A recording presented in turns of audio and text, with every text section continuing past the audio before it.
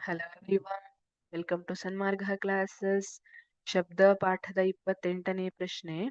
ದ್ರವಗಳ ಮೂಲಕ ಶಬ್ದವು ಚಲಿಸುವುದು ಎಂಬುದನ್ನು ತೋರಿಸಲು ಒಂದು ಚಟುವಟಿಕೆಯನ್ನು ವಿವರಿಸಿ. ನಿಮಗೆ ಗೊತ್ತಿದೆ, ಶಬ್ದ ಘನ, ದ್ರವ, ಅನಿಲದ ಮೂಲಕ ಚಲಿಸುತ್ತದೆ. ಆದ್ರೆ ನಿರ್ವಾತದಲ್ಲಿ ಚಲಿಸುವುದಿಲ್ಲ. ಯಾಕೆಂದ್ರೆ ಶಬ್ದಕ್ಕೆ ಚಲಿಸ್ಲಿಕ್ಕೆ ಮಾಧ್ಯಮದ ಅವಶ್ಯಕತೆ ಇದೆ. ಈಗ ಶಬ್ದವು ದ್ರವದ ಮೂಲಕ ಚಲಿಸುತ್ತದೆ ಅನ್ನೋದನ್ನ ತೋರಿಸ್ಲಿಕ್ಕೆ ನಾವು ಒಂದು ಚಟುವಟಿಕೆಯನ್ನ ಹೇಳಬೇಕು. ನಾವೇನ್ ಹೇಳ್ಬೋದು, ಈಜುಗಾರರಿಬ್ರು ನೀರಿನೊಳಗಿದ್ದಾರೆ ಅಂದ್ರೆ ಅವರು ಒಬ್ರಿಂದ ಒಬ್ರಿಗೆ ಮಾತಾಡ್ಕೊಂಡಿದ್ದು ಕೇಳುತ್ತೆ.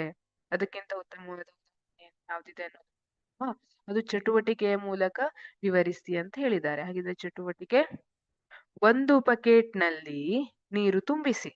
ಒಂದು ಸಣ್ಣ ಗಂಟೆಯೊಂದನ್ನು ತೆಗೆದುಕೊಂಡು ನೀರಿನಲ್ಲಿ ಬಿಸಿ ಅಲುಗಾಡಿಸಿ. ಏನ್ ಮಾಡ್ಬೇಕು, ಒಂದು ಬಕೆಟ್ ಅನ್ನ ತಗೊಳ್ಳುವಂತದ್ದು, ಅದರೊಳಗೆ ಆಳದಲ್ಲಿ ಒಂದು ಗಂಟೆಯನ್ನ ಇಟ್ಕೊಂಡು ಅಲುಗಾಡಿಸ್ಬೇಕು.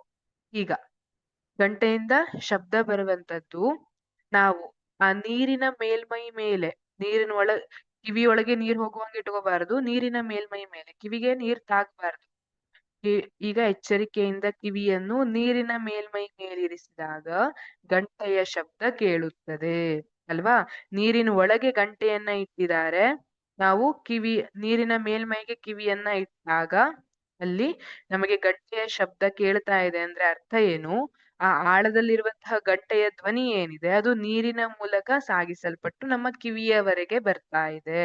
ಹಾಗಾಗಿ ದ್ರವಗಳ ಮೂಲಕ ಶಬ್ದವು ಚಲಿಸುವುದು ಅಂತ ನಾವು ಹೇಳಬಹುದು. ಈ ಚಟುವಟಿಕೆಯನ್ನ ವಿವರಿಸಿ ಅಂದ್ರೆ, ಒಂದು ಬಕೆಟ್ ನಲ್ಲಿ ನೀರು ತುಂಬಿಸಿ ಒಂದು ಸಣ್ಣ ಗಂಟೆಯೊಂದನ್ನ ತೆಗೆದುಕೊಂಡು ನೀರಿನಲ್ಲಿ ಮುಳುಗಿಸಿ ಅಲುಗಾಡಿಸಿ. ಈಗ ಎಚ್ಚರಿಕೆಯಿಂದ ಕಿವಿಯನ್ನು ನೀರಿನ ಮೇಲ್ಮೈ ಮೇಲಿರಿಸಿದಾಗ ಗಂಟೆಯ ಶಬ್ದ ಕೇಳುತ್ತದೆ. Thank you.